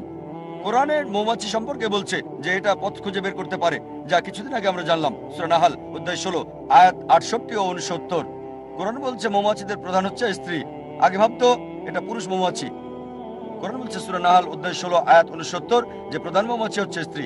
কোরআন মাকড়সার জীবন ধারণ নিয়েও কথা বলছে। সূরা আনকাবুত অধ্যায় 29 আয়াত 41। কোরআন পিঁপড়ার জীবন ধারণ সম্পর্কে কথা বলছে। সূরা নামল অধ্যায় 27 আয়াত 17 এবং 18, যা আমরা জানলাম সম্প্রতি। কোরআন জেনেটিক নিয়েও কথা বলছে যে একটা পুরুষের বীর্য সন্তান জন্মদানে সক্ষম। সূরা নাজম অধ্যায় 53 আয়াত 45 ও 46। এছাড়াও অধ্যায় 75 আয়াত 37 থেকে 39, যা আমরা জানলাম সম্প্রতি। কোরআন ভ্রূণবিদ্যার কথা বলছে যে সব মানুষ সৃষ্টি হয়েছে আলাকা থেকে, যোগের মতো কোনো কিছু ঝুলে থাকা বস্তু থেকে। সূরা আলাক সূরা ইকরা অধ্যায় 96 আয়াত 2, যা আমরা জেনেছি সম্প্রতি। কোরআন ভ্রূণের বিভিন্ন স্তর নিয়ে কথা বলছে, আলাকা, মুদগা, ইজামান, লাহম। সূরা মুমিনুন অধ্যায় 23 আয়াত 12 থেকে 14, যা আমরা জানলাম সম্প্রতি। অনেক বৈজ্ঞানিক বিষয় কোরআনে উল্লেখ করা হয়েছে। আর মাত্র দুটোর কথা বলছি। অনেকেই আছে যারা বলে মানুষ মরে যাওয়ার পরে কবর দেওয়া হয়ে গেলে আমাদের হাড়গুলো হারিয়ে যায়। আল্লাহ সুবহানাহু ওয়া তাআলা কিভাবে আমাদের হাড়গুলোকে একত্রিত করবেন বিচারের দিনে? তাই আল্লাহ বলেছেন, এটা আছে পবিত্র কোরআনে অধ্যায় 75 আয়াত 3 এবং 4, যে যখন তারা বলে কিভাবে আল্লাহ বিচারের দিনে তোমাদের হাড়গুলোকে একত্রিত করবেন, তাদের বলো আল্লাহ শুধু হাড়গুলোকে একত্রিত করবেন না, তিনি যথাযথভাবে পুনর্গঠন করবেন তোমাদের আঙ্গুলের ছাপগুলো। এখানে আল্লাহ কি বুঝিয়েছেন? তিনি শুধু হাড়গুলোকে একত্রিত করবেন না, পুনর্গঠন করবেন আঙ্গুলের ছাপগুলোকে যথাযথভাবে। 1880 সালে স্যার ফ্রান্সিস গোল্ড আবিষ্কার করেন আঙ্গুলের ছাপ পদ্ধতি, আর বললেন একই রকম দুটো আঙ্গুলের ছাপও নেই, লক্ষ লক্ষ মানুষের প্রত্যেকের ছাপ আলাদা। আর এখন police, CID, FBI, CIA fingerprinting method ব্যবহার করে অপরাধী শনাক্ত করতে। কোরআন ফিঙ্গারপ্রিন্ট মেথডের কথা বলেছে 1400 বছর আগে, আর আমরা জানলাম 1880 সালে। কে এগুলো বলেছে? আরেকটা বিষয় বলতে চাই বিজ্ঞানের আলোচনার পরে। একজন বিজ্ঞানী ছিলেন, তার নাম প্রফেসর তাগাতাত তেজাসান। তিনি হচ্ছেন থাইল্যান্ডের নাগরিক। তিনি গবেষণা করেছিলেন ব্যথা অনুভবের উপর। আমরা মানুষরা আগে ভাবতাম, ডাক্তার মনে করত ব্যথা শুধু অনুভব করতে পারে মানুষের ব্রেন, আর এখন জানলাম চামড়ায় নির্দিষ্ট কিছু রিসেপ্টর আছে যেগুলোর কারণে ব্যথা অনুভব করা যায়। এ কারণে যখন কেউ পুড়ে যাওয়ার পর ডাক্তারের কাছে আসে, ডাক্তার সেই পোড়া অংশটা আগে চিকিৎসা করে। যদি রোগী ব্যথা অনুভব করে, ডাক্তার খুশি হয়, কারণ অনুভবকারী টিস্যু আছে। যদি ব্যথা অনুভব না করে, ডাক্তার হতাশ হয়, ব্যথা অনুভবকারী টিস্যুগুলো নষ্ট হয়ে গেছে। এটা উল্লেখ আছে সূরা নিসা অধ্যায় 4 আয়াত 56-তে। যারা আমার আয়াতকে অস্বীকার করে, নিশ্চয়ই আমি তাদেরকে আগুনে দগ্ধ করব। আমি সেই চামড়াকে নতুন চামড়া দ্বারা ঢেকে দেব, যাতে তারা শাস্তির পর শাস্তি ভোগ করবে। তার মানে চামড়ায় কিছু একটা আছে যেটা ব্যথা অনুভব করে থাকে। চিন্তা করেন, কোরআন ব্যথা অনুভবকারী টিস্যুর কথা বলেছে 1400 বছর আগে। আর প্রফেসর তাগাদাত তেজাসান যখন জানলেন যে এটা কোরআনে আছে, রিয়াদে নবম মেডিকেল কনফারেন্সে, সেখানে তিনি নিজেই শাহাদা ঘোষণা করে বললেন, লা ইলাহা ইল্লাল্লাহ মুহাম্মাদুর রাসূলুল্লাহ, আল্লাহ ছাড়া কোনো উপাস্য নেই, আর নবী মুহাম্মদ সাল্লাল্লাহু আলাইহি সাল্লাম হলেন আল্লাহর রাসূল। তাই যখনই কোনো নাস্তিককে জিজ্ঞেস করবেন কে এইসব কোরআনে বলেছে, সে আপনাকে একই উত্তর দেবে, একই রকম যা আগে বলেছে। এটা স্রষ্টা, প্রস্তুতকারী, এটা নির্মাতা, এটা ম্যানুফ্যাকচারার, এটা আবিষ্কারক। এই স্রষ্টা, এই প্রস্তুতকারী, এই ম্যানুফ্যাকচারার, এই নির্মাতা, এই আবিষ্কারককে আমরা মুসলিমরা বলি আল্লাহ। এই কারণে এখন বিজ্ঞান ঈশ্বরকে অস্বীকার করছে না, ঈশ্বরকে অস্বীকার করছে না, নকল ঈশ্বরকে বাদ দিচ্ছে। লা ইলাহা ইল্লাল্লাহ। বিজ্ঞানীরা এখন নকল ঈশ্বরকে বাদ দিচ্ছেন। এটা ঈশ্বর হতে পারে না, ঈশ্বরের হতে পারে না, তারা ঈশ্বরকে অস্বীকার করছে না। একজন বিখ্যাত দার্শনিক এবং বিজ্ঞানী ফ্রান্সিস বেকন তিনি বলেছেন, বিজ্ঞানের ব্যাপারে যাদের জ্ঞান কম তারা নাস্তিক হয়, কিন্তু যাদের বিজ্ঞানের ব্যাপারে গভীর জ্ঞান তারা ঈশ্বরে বিশ্বাসী হয়। আমি আমার বক্তব্য কোরআনের একটা উদ্ধৃতি দিয়ে শেষ করতে চাই। সূরা ফুসিলাত অধ্যায় 41 আয়াত 53। سنريهم آياتنا في الآفاق وفي أنفسهم حتى يتبين لهم أنه الحق أولم يكفي بربك أنه على كل شيء شهيد। শীঘ্রই আমি তাদেরকে আমার নিদর্শন দেখাবো, দূরে আর দিগন্তে এবং তাদের নিজেদের মধ্যে, যতক্ষণ না এটা পরিষ্কার হয় যে এটাই সত্য। ওয়া আখিরু দাওয়ানা আনিল হামদুলিল্লাহি রাব্বিল আলামিন।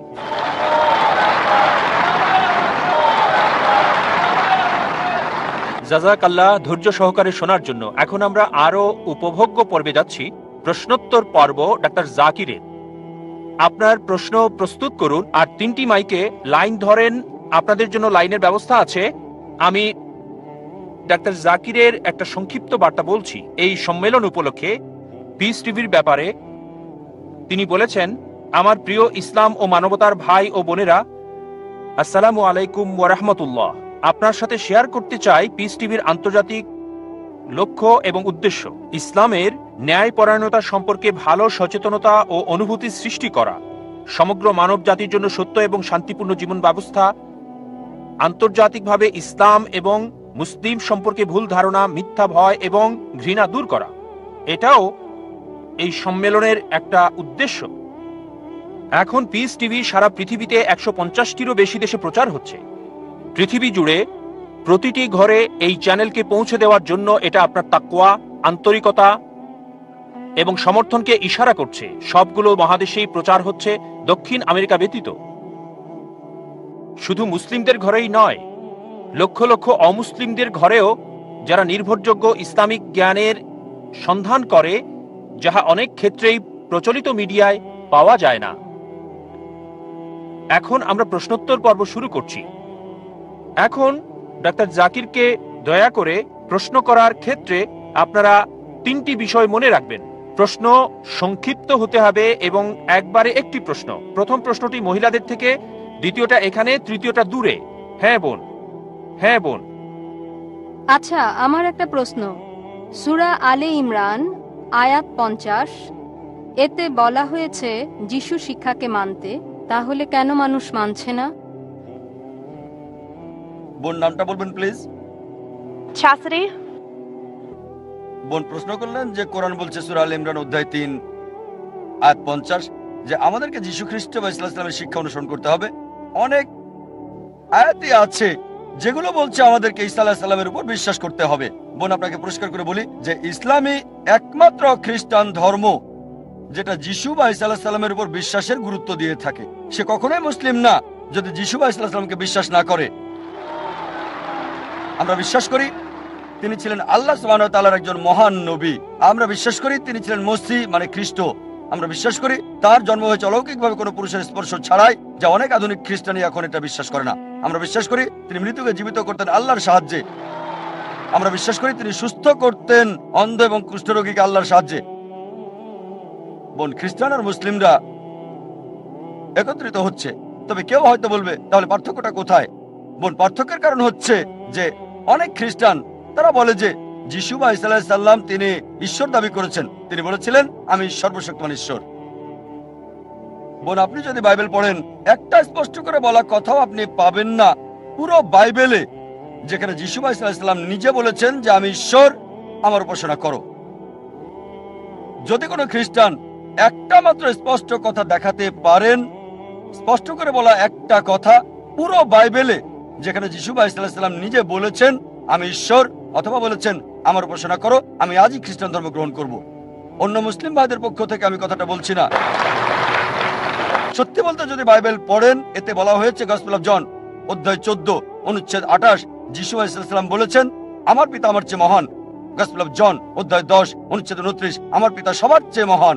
গসপেল অফ ম্যাথিউ অধ্যায় 12 অনুচ্ছেদ 28, আমি শয়তানকে তাড়াই ঈশ্বরের আত্মার সাহায্যে। গসপেল অফ লুক অধ্যায় 11 অনুচ্ছেদ 20, আমি ঈশ্বরের আঙুলের সাহায্যে শয়তানকে তাড়িয়ে দিই। গসপেল অফ জন অধ্যায় 5 অনুচ্ছেদ 30, আমি নিজে থেকে কিছু করতে পারি না, আমি যা কিছু শুনি তাই বলি, আর আমার কথা সঠিক। আমি আমার নিজের ইচ্ছায় চলি না, সর্বশক্তিমানের ইচ্ছায় চলি, আমার পিতার ইচ্ছায় চলি। যদি কেউ বলে যে আমি নিজের ইচ্ছায় চলি না, সর্বশক্তিমান ঈশ্বরের ইচ্ছায় চলি, সে মুসলিম। যিশু বা ঈসা আলাইহিস সালাম ছিলেন মুসলিম, কখনো ঈশ্বর দাবি করেননি। আর এটা স্পষ্ট করে উল্লেখ আছে বুক অফ অ্যাক্টস 2 নম্বর অধ্যায় অনুচ্ছেদ 22, শোনো ইসরায়েলবাসী, নাজারেথের যিশু তোমাদের মধ্য থেকে ঈশ্বর তাকে মনোনীত করেছেন অলৌকিকত্ব আর নিদর্শনের মাধ্যমে, যা ঈশ্বর তাকে দিয়ে করিয়েছেন তোমরা দেখেছো। নাজারেথের যিশু তোমাদের মধ্যে ঈশ্বর মনোনীত একজন মানুষ, অলৌকিকত্ব আর নিদর্শনের মাধ্যমে ঈশ্বর যা তাকে দিয়ে করেছেন তোমরা তা দেখেছো। তাই আমরা বিশ্বাস করি যিশু খ্রিস্ট বা ঈসা আলাইহিস সালাম আল্লাহ সুবহানাহু ওয়া তাআলার একজন মহান নবী ছিলেন, তবে ঈশ্বর ছিলেন না। এখানে আমরা পার্থক্য করি। যিশুর শিক্ষার ব্যাপারে এখন বলবো। আপনার মূল প্রশ্ন ছিল যে কোরআন বলছে আমাদেরকে যিশু বা ঈসা আলাইহিস সালামের শিক্ষা অনুসরণ করতে হবে। যখন যিশু বা ঈসা আলাইহিস সালাম পৃথিবীতে এসেছিলেন, তাকে পাঠানো হয়েছিল শুধু ইহুদিদের জন্য, শুধু বনী ইসরায়েলদের জন্য। কোরআন স্পষ্ট করে বলছে সূরা সাফ অধ্যায় 61 আয়াত 6 যে যিশু বা ঈসা আলাইহিস সালাম নবী হিসেবে এসেছিলেন বনী ইসরায়েলের কাছে। এটা বলা হচ্ছে সূরা আল ইমরান অধ্যায় 3 আয়াত 49 যে যিশু বা ঈসা আলাইহিস সালামকে প্রেরণ করেছিলেন বনী ইসরায়েলের কাছে। এটা বলা হচ্ছে গসপেল অফ ম্যাথিউ অধ্যায় 10 অনুচ্ছেদ 5 ও 6। যিশু বা ঈসা আলাইহিস সালাম বলেছেন জেন্টাইলদের পথে যাবে না। জেন্টাইল কারা? যারা ইহুদি নয়, হিন্দু, মুসলিম। জেন্টাইলদের পথে যাবে না, সামারিটানদের শহরে প্রবেশ করবে না, বরং ইসরায়েলের হারানো মেষদের কাছে যাবে। একই কথা বলা হয়েছে গসপেল অফ ম্যাথিউ অধ্যায় 15 অনুচ্ছেদ 24। তিনি অনুসারীদের বলছেন আমাকে প্রেরণ করা হয়েছে শুধুমাত্র ইসরায়েলের ঘরের হারানো মেষদের কাছে। সুতরাং যীশু খ্রিস্টকে পাঠানো হয়েছিল বনী ইসরায়েলদের জন্য, আর তার কথা মানা জরুরি ছিল নির্দিষ্ট একটা সময়ের জন্য। এই কথা বাইবেল বলছে এবং কোরআনও বলছে। তারপর বোন, যদি আপনি বাইবেল পড়েন, যিশু বা ঈসা আলাইহিস সালাম যা বলেছেন যদি ভালো করে দেখেন, এটা হচ্ছে গসপেল অফ লুক যে যিশু বা ঈসা আলাইহিস সালামের খাতনা করা হয়েছিল 8ম দিনে। আমরা মুসলিমরা মাশাআল্লাহ খাতনা করে থাকি, অধিকাংশ খ্রিস্টানি খাতনা করে না। তাই যদি বলেন যিশু বা ঈসা আলাইহিস সালামের শিক্ষা অনুসরণ করলে খ্রিস্টান হওয়া যাবে, তাহলে আমি বলবো আমি বড় খ্রিস্টান ওই খ্রিস্টানদের চেয়ে। এটা বলা হচ্ছে বাইবেলে বুক অফ এফেসিয়ান্স অধ্যায় 5 অনুচ্ছেদ 18 যে মাতাল হবে না। এটা বলা আছে বুক অফ প্রবাদ অধ্যায় 20 অনুচ্ছেদ 1 যে মদ একটা ধোঁকা। আমরা মুসলিমরা মদ পান করি না।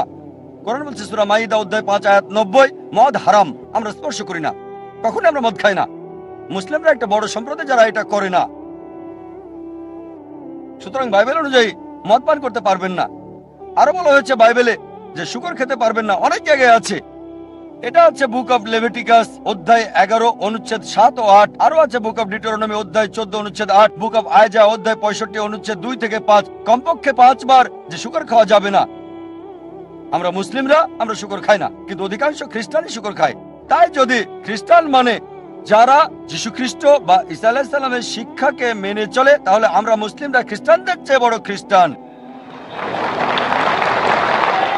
আমি এভাবে বলে যেতে পারবো, যখন যিশু আলাইহিস সালামকে বলা হলো প্রথম কমান্ডমেন্ট কোনটি, তিনি বললেন গসপেল অফ মার্ক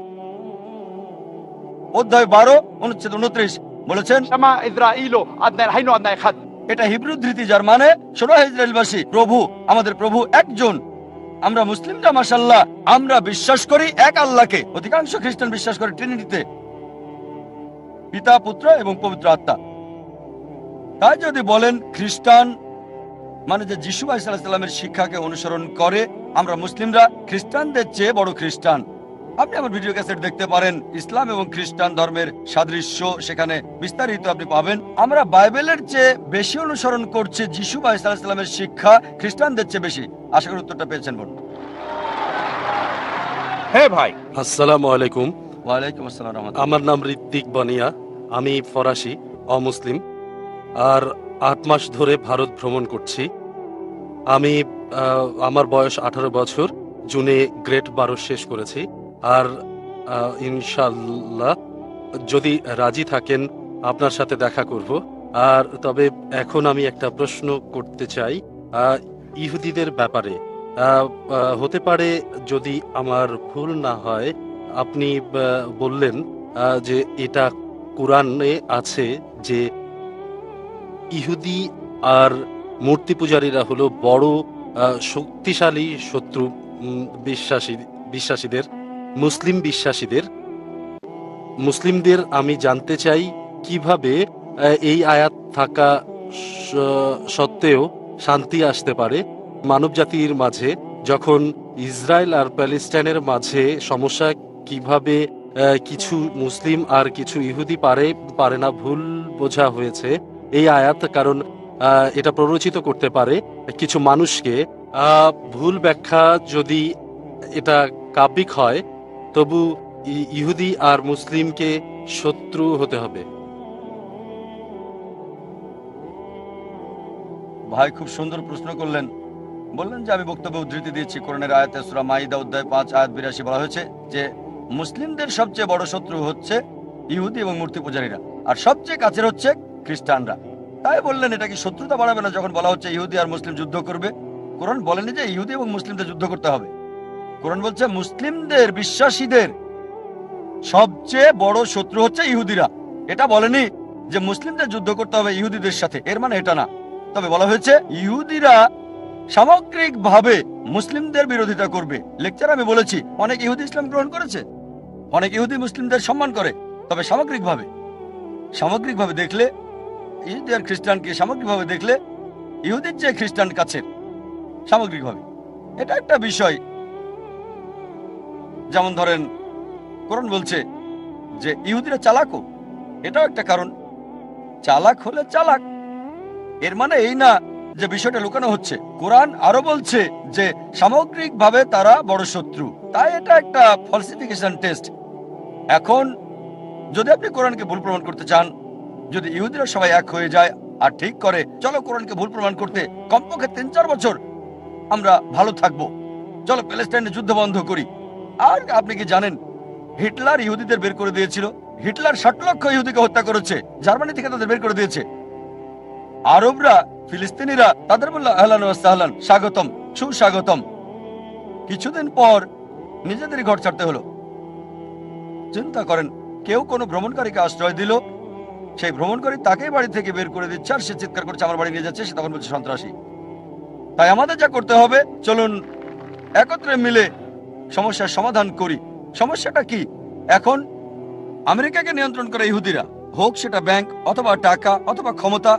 আমেরিকার জরিপ অনুযায়ী স্টার অফ ডেভিডে না গিয়ে কেউ কখনো আমেরিকার প্রেসিডেন্ট হতে পারে না, যদিও তারা সংখ্যালঘু 5%-এরও কম আমেরিকাতে, তবে তারা অর্থনীতিকে নিয়ন্ত্রণ করছে আমেরিকার। ঠিক, যেহেতু তাদের নিয়ন্ত্রণ আমেরিকা, তাদের বলেন চলেন প্যালেস্টাইন সমস্যার সমাধান করি, আমেরিকার সমস্যার সমাধান করি। চিরদিনের জন্য নয়, কয়েক বছরের জন্য, 4-5 বছরের জন্য এই সমাধানটা হবে। তাই আমরা বলছি না মুসলিমরা ইহুদিদের সাথে যুদ্ধ করবে। আসলে কোরআন বলছে এমনকি তোমার শত্রুও যদি শান্তি চায়, অনেক জায়গায় আছে, এমনকি যদি তারা যুদ্ধ করতে আসে, এটা আছে সূরা আনফালে, যদি যুদ্ধের মাঠেও তারা শান্তি চায়, শান্তি দাও। তাই কোরআন সবসময় শান্তি চায়, সবসময় শান্তির কথা বলে। তবে কেউ যদি শান্তি না চায়, তখন আমরা কি করতে পারি? ইসলাম হলো শান্তির ধর্ম, এটা শান্তি চাই, আবার সমস্যার কথা বলে দিয়েছে। তার মানে আমাদেরকে ইহুদি থেকে সতর্ক হতে হবে, তাদের সাথে যুদ্ধ করতে হবে এমন না। যদি তারা আসে এবং যুদ্ধ করে সেটা ভিন্ন বিষয়।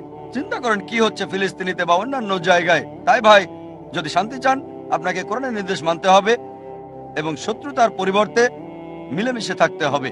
কোরআন বলছে না যে ইহুদিদের শত্রু হতে হবে, তবে হতে পারে এটা বলছে। আশা করি উত্তরটা পেয়েছি। প্রশ্নকারীদের অনুরোধ করব দয়া করে নাম এবং পেশা বলবেন, যাতে করে আমরা বুঝতে পারি কোন প্রেক্ষাপটে প্রশ্ন করা হচ্ছে এবং জাকির ইনশাআল্লাহ আরো যথাযথ উত্তর দিতে পারবেন। আর ভলান্টিয়ারদের অনুরোধ করব অমুসলিম ভাই বোনদের অগ্রাধিকার দেওয়ার বিষয়টি গুরুত্বের সাথে এবং ভদ্রভাবে নিশ্চিত করবে।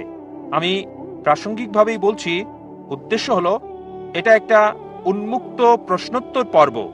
আজকের বিষয়ের উপর যে কোনো প্রশ্ন আপনারা নির্দ্বিধায় করতে পারবেন, আর আপনারা ইসলামের যে কোনো সমালোচনা করতে পারবেন। আপনারা ধরতে পারবেন যদি ডাক্তার জাকির কোনো কিছু ভুল বলে থাকেন, অথবা শান্তির প্রসঙ্গে যথাযথ না বলে থাকেন, অথবা ইসলাম যা বলে বর্ণনা করে আর এটা মানবতার বিরুদ্ধে যদি হয়, নির্দ্বিধায় বলতে পারেন। বলার পূর্ণ স্বাধীনতা দেওয়া হয়েছে আপনাকে।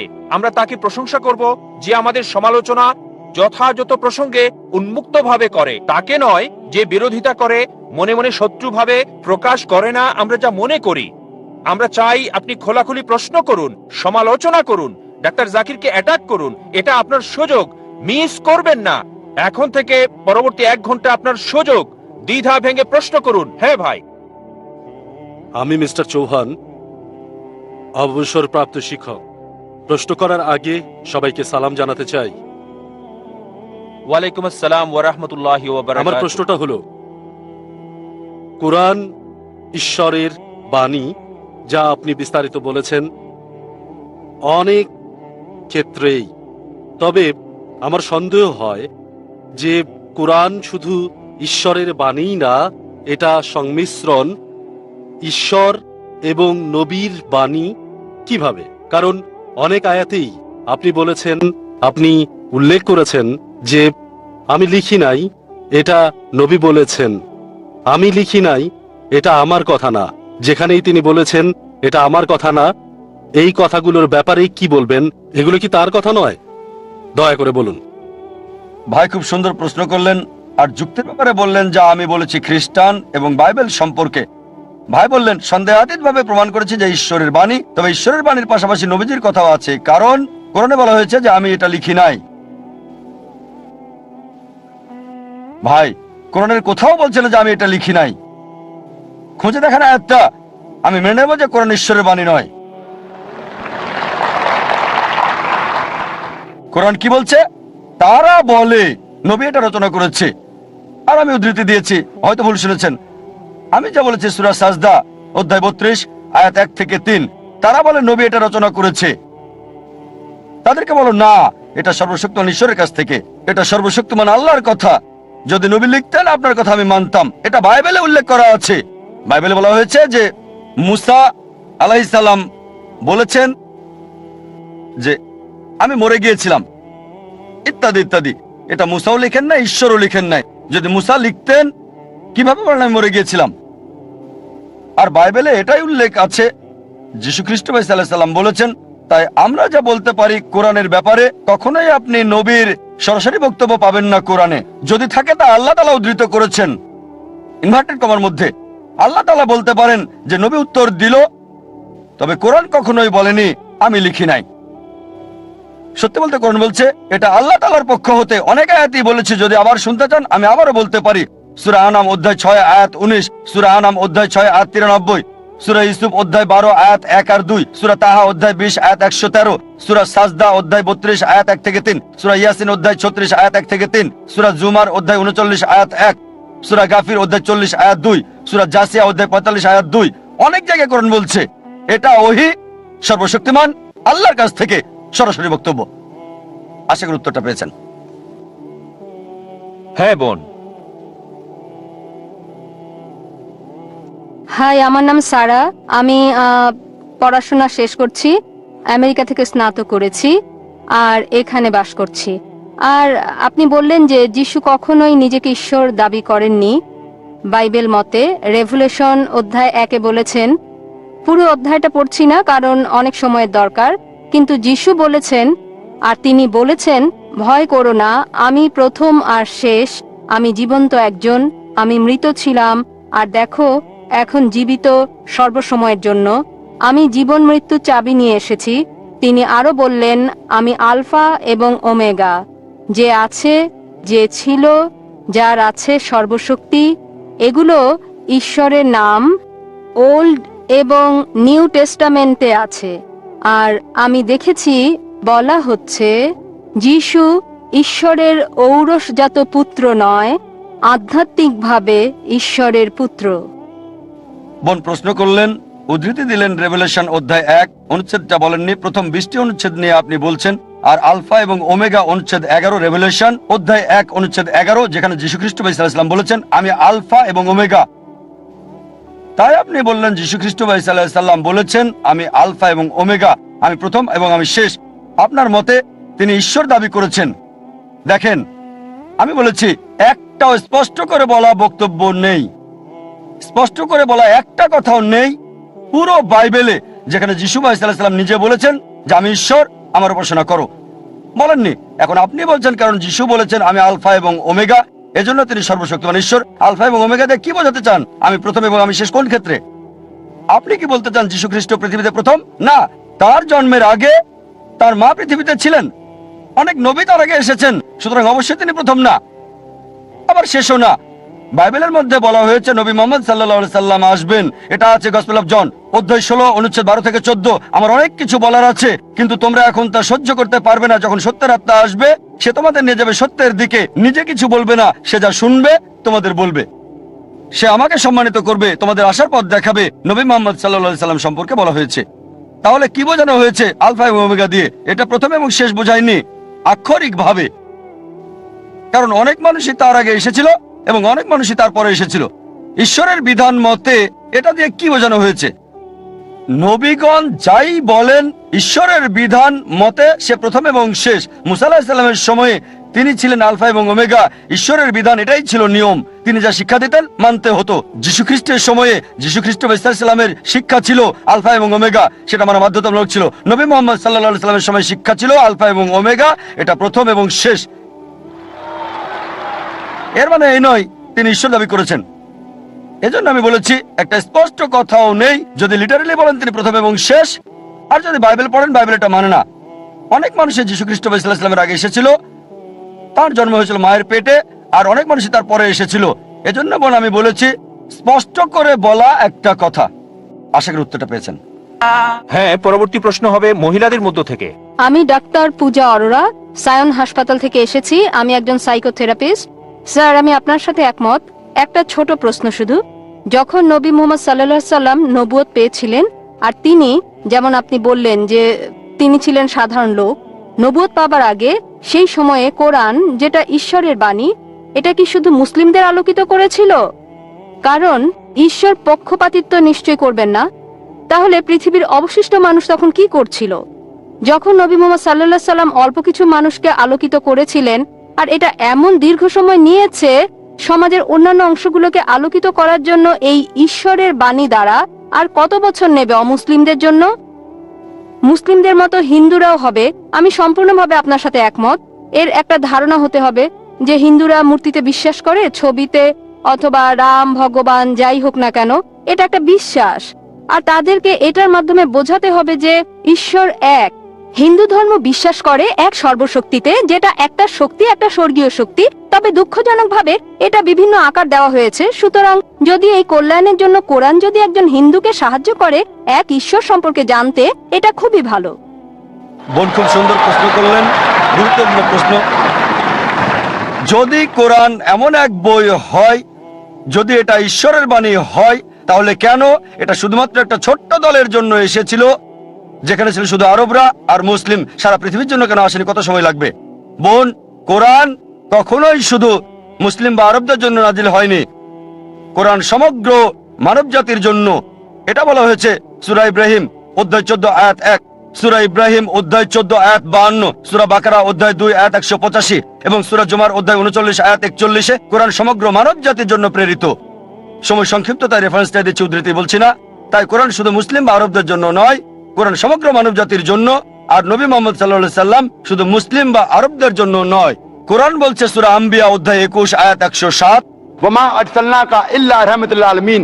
আমি তো তোমাকে প্রেরণ করেছি রহমত স্বরূপ সমগ্র মানব জাতির জন্য, সারা পৃথিবীর জন্য, সমগ্র সৃষ্টির রহমত স্বরূপ। একই কথা বলা হয়েছে সূরা সাবা অধ্যায় 34 আয়াত 28, যে নবী মুহাম্মদ সাল্লাল্লাহু আলাইহি সাল্লামকে পাঠানো হয়েছে সারা পৃথিবীর নবী হিসেবে, সুসংবাদদাতা আর পাপ থেকে সতর্ককারী হিসেবে। তবে অধিকাংশ মানুষই তা জানে না। কোরআনের এই আয়াত বলছে অধিকাংশ মানুষই তা জানে না।